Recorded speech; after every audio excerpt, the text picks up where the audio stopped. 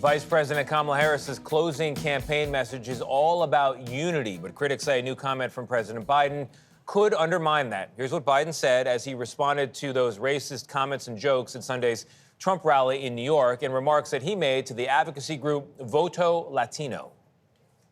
Donald Trump has no character. He doesn't give a damn about the Latino community. And just the other day, a speaker at his rally called Puerto Rico a floating island of garbage. Well, let me tell you something. I don't know the Puerto Rican that I know, or Puerto Rico, where I'm in my home state of Delaware. They're good, decent, honorable people. The only garbage I see floating out there is his supporters. His demonization of Latinos is unconscionable, and it's un-American. In a follow-up statement, the president says, quote, "I referred to the hateful rhetoric about Puerto Rico spewed by Trump's supporter at his Madison Square Garden rally as garbage, which is the only word I can think of to describe it. His demonization of Latinos is unconscionable. That is all I meant to say." But of course, all of it unfolded with Election Day less than a week away, and people are talking about it. We're joined now by the Democratic vice presidential nominee, Governor Tim Walz of Minnesota. Governor, thank you for joining us. Appreciate it. Good morning, Tony. Thanks for having me. I want to get your reaction to the president's comments, but I want to put it into a larger context of your recent comment comparing the Sunday Trump rally to a Nazi rally. And I would also throw in there Obama's bitter clingers, guns and religion comment from a while back, the deplorable line from Hillary Clinton's campaign, and the way that Democrats are seen by some voters as disrespecting them. And I have to ask, does that undercut this closing message of unity from your campaign? No, certainly not. And for Tony, for me, I've represented rural areas. I've represented Democrats, Republicans, Independents. Same thing with the vice president. Look, you saw a presidential speech last night at the Ellipse that is the best of America, one that's talking about unifying us, one that's talking about bringing folks to the table, one that the American tradition of disagreeing and debating, but still doing it in a respectful manner. And I think there's the frustration we've seen since January 6th, the frustration with Donald Trump's rhetoric of division. It does fire passions. And I think President Biden was very clear that he's speaking about the rhetoric we heard at that, so it doesn't undermine it. People are hungry to come back together. They're hungry to find a unifying message. They're hungry for us to find solutions, whether it's prices or whether it's reproductive care. They want to see solutions. Governor Nate Burleson here. Thank you for joining us. You know, there has been some reporting that President Biden has been sidelined during this campaign. One, is there any truth to that?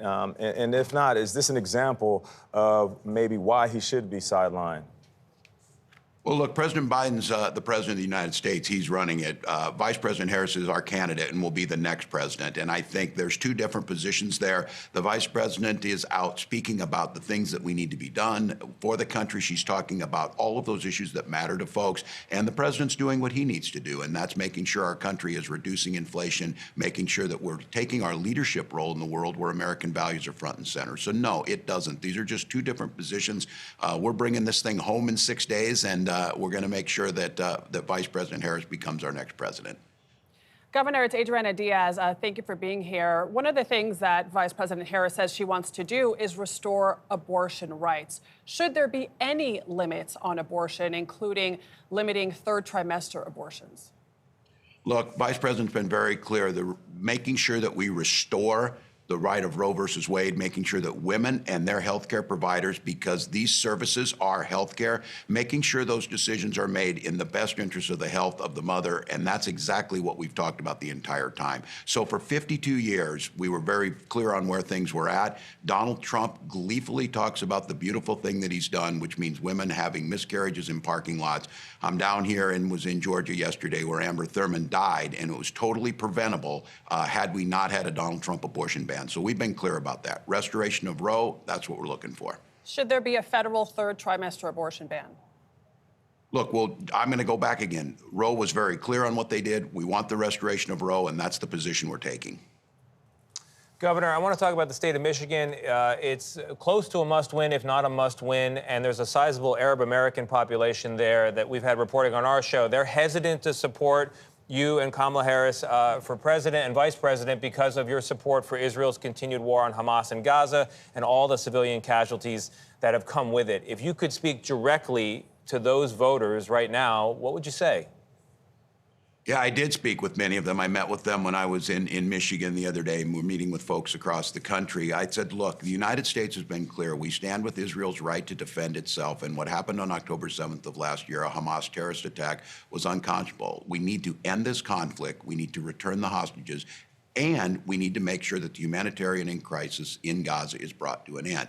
And the way we do that is by building the coalition in the Middle East, something the Vice President is capable and has done, making sure that Iran, that is at the center of all of the things that are happening, is contained. Once again, something that Donald Trump did not do and allowed them to move closer to a nuclear weapon. So I think the message here is for those folks is that there's one ticket here that is going to find the pathway to stabilization in the Middle East, but also one that is going to respect their human rights here, push back against Islamophobia, make sure that they have the right to fully engage in our system here. Governor, in a recent CBS News poll, we found that there is a sizable gender gap when it comes to men as far as this presidential race is concerned. And Kamala Harris, she did not go on Joe Rogan, which, you know, she can decide to do that or not. But I want to ask you, what would you say to men right now, regardless of where they sit on the political spectrum? What is your message to them as we close in on the election day? Yeah, several things. First of all, for the women in their lives that they love, their wives, their daughters, their partners, whoever it may be, this election really, their lives are at stake. This issue of watching maternal mortality rates skyrocket in states like Texas is simply unacceptable. And then make sure that they're focused on things like the manufacturing jobs coming back. Donald Trump lost more manufacturing jobs than almost any other president. We're seeing the resurgence of that. We're seeing a renaissance in opportunities for families. And then I would tell those men too, just like women, tackling things like gun violence in our schools, protecting their little ones are things that are on men's minds. So I would ask them all to take a look at the issues on how it most impacts you, how it impacts the women in your lives, how it impacts a future where we can solve these problems together and then make the choice. And Vice President Harris is giving us that new way forward. So, Governor, why is that message to men, and you could go back to the prior question, the message to Arab Americans in Michigan, why is it not working? Well, I think it is working, and on Election Day, it will work when we win this election. And look, folks are going to make up their mind about different issues, but it's become clear as Donald Trump spirals, while Donald Trump is unserious about solving real issues, people are paying attention, and they're hearing this message. That's why folks like the United Auto Workers and unions across this country are saying, if you want to make sure you have stability in your family, the opportunity to own a home, protecting your health care, you're going to vote for Kamala Harris, and that will start to take. And at the end of the day, as the Vice President said last night, we're there for policies that help everyone. She wants to be the president for all America. Men are hearing that message, and over the next 6 days, that will start to solidify. All right, Governor, I want to end with a question, and this might be the most important one. What do you have to say to the Minnesota Vikings fans out there? Well, I'm glad you mentioned that. We miss you too, Nate, just by the way. Look, hold the faith, man. These are good teams. We're going to get this thing done, and there's a lot of excitement in Viking land. No doubt. Skol Vikings. Thank you for joining us, Governor. Yeah, On that note, Governor Walz, thank you so much for being with us.